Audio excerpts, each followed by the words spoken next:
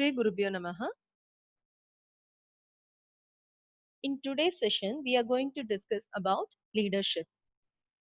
Whenever we hear the success stories of organization, we are reminded of the leaders like Bill Gates of Microsoft or Ambani's in Reliance and Narayana Murthy of Infosys. So likewise, whenever we speak about the success of an organization, we are immediately remembering about the leaders of the organization also. Okay, so that is the influence created by the managers as leaders. Okay, so leadership is defined as the process of influencing the behavior of people towards achievement of organizational goals. So they are supposed to influence the behavior of people through their behavior. They should set themselves as the example, and they should lead the team in such a way that the employees are influenced and they work towards the achievement of organizational goals. These managers have to be a good leader to lead the team effectively towards the achievement of the goal. And leadership, it tries to bring change in the behavior of others. And this indicates interpersonal relationship with the fellow workers or with the subordinates. And this leadership is exercised to achieve the common goal of the organization. And leadership is a continuous process till the lifetime of the organization. We need to have leadership performed by a manager, any manager at all levels. Okay, so now we'll see the importances of leadership. The first importance of leadership is it influences behavior of people. A good leader should have the capacity to influence the people with their good behavior, and in this way they actually positively contribute their energies for the benefit of the organization. And by influencing the behavior of the employees, they try to bring positive results among the employees. Okay, next, a leader maintains personal relationship with the employees.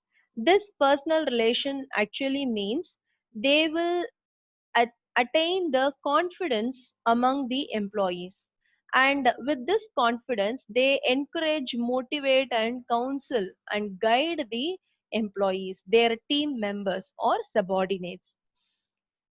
And a leader plays a key role in introducing required changes, because not all employees mindset will be the same when we bring about any changes.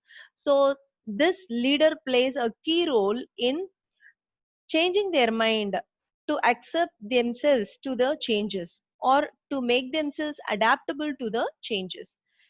A leader handles conflicts effectively because he knows about his subordinates, and he will not allow any adverse effects from the conflict. Okay, a good leader always allows his followers to ventilate their feelings, and a leader will be ready to listen to the grievances of the team members.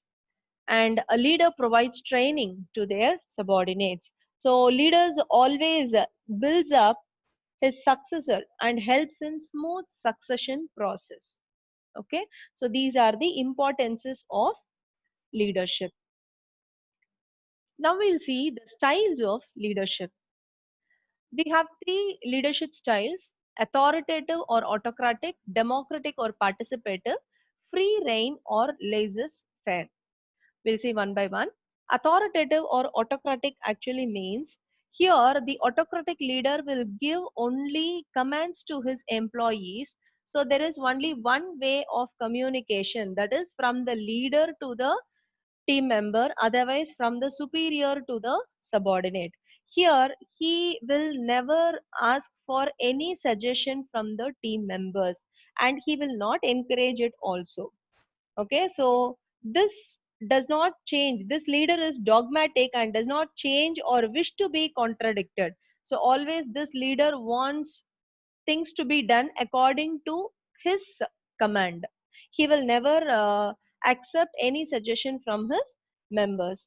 And this leadership style is effective in getting productivity in many situations, like in a factory where supervisor is responsible for the production on time.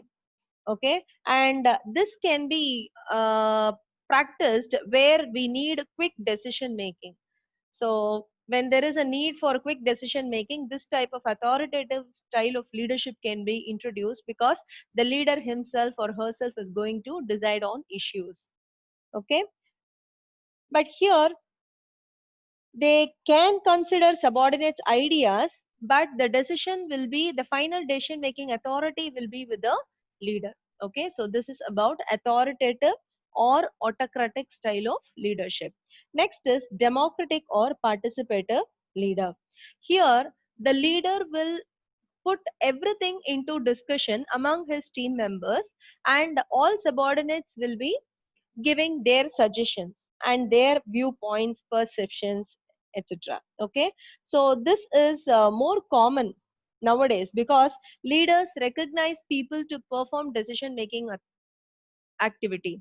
Like they want their subordinates also to participate in the decision making process. Okay, so and these leaders, they also want to respect their team members, their opinion, and support their ideas also, because these people only are directly involved with the work, and they are responsible for the work to be performed. So here leader encourages the team members to actively participate. Okay, and they exercise more control by using forces within the group. However, even if the discussion is among all members, the final decision making will be still with the leader. The next is the laissez-faire or free rein leadership, where the leader does not believe in the use of power, and whenever it is essential, he will show his authority. Otherwise, he will be there only to guide the team members.